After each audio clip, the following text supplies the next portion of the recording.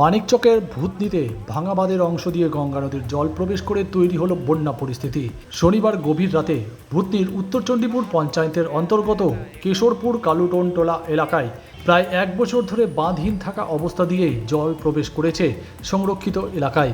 শনিবার গভীর রাতে সেই ভাঙা অংশ দিয়ে জল হু হু করে প্রবেশ করতে দেখে আতঙ্কিত হয়ে পড়েন এলাকাবাসীরা। রবিবার সকাল থেকেই ভাঙা অংশে ভিড় জমান স্থানীয় বাসিন্দারা। কী পরিস্থিতি রয়েছে ভূতনির ভাঙা অংশের তা দেখতেই জমায়েত হন তারা। ইতিমধ্যে গঙ্গার জল সংরক্ষিত এলাকায় প্রবেশ করে প্রায় 4টি গ্রাম জলমগ্ন। আগামীতে কী পরিস্থিতি হবে তা নিয়ে দুশ্চিন্তায় রয়েছেন স্থানীয় বাসিন্দারা। তবে সেচ দপ্তরের গাফিলতি এবং প্রশাসনিক অবহেলার কারণে ভূতনিবাসীকে বন্যা পরিস্থিতির কবলে পড়তে হচ্ছে বলে দাবি স্থানীয়দের।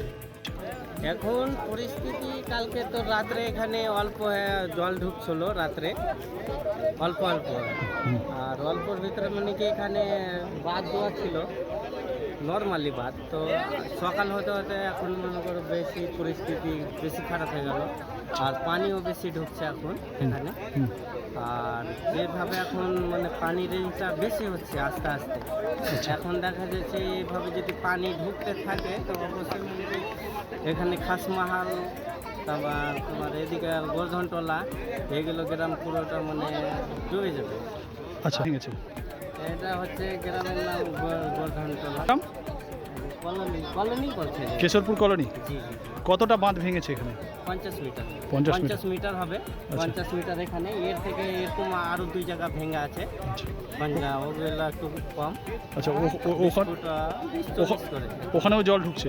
ওখান দিয়ে জল ঢুকছে এখন জল মানে কি গেল জল গ্রামের ভেতর খাসমাহাল ওটা দিয়ে জোলা দিয়ে গেল, খাসমাহালের ওটা ঢুকেছে, শুধু কান্টে গেল গেছে। আর গোবর্ধনটোলা দেখছো এটাও জল ঢুকছে। আচ্ছা, এটা থাকলে মানে ডুবে যাবে। কদিন লাগবে ভূতনিকে ঢুকতে? 1 থেকে 2 দিনের ভিতরে পানি। কোনো কি ব্যবস্থা নেওয়া হয়েছে না, এখন? কোনো ব্যবস্থা হচ্ছে না। কেউ এসছে? কেউ আসেনি এখনো।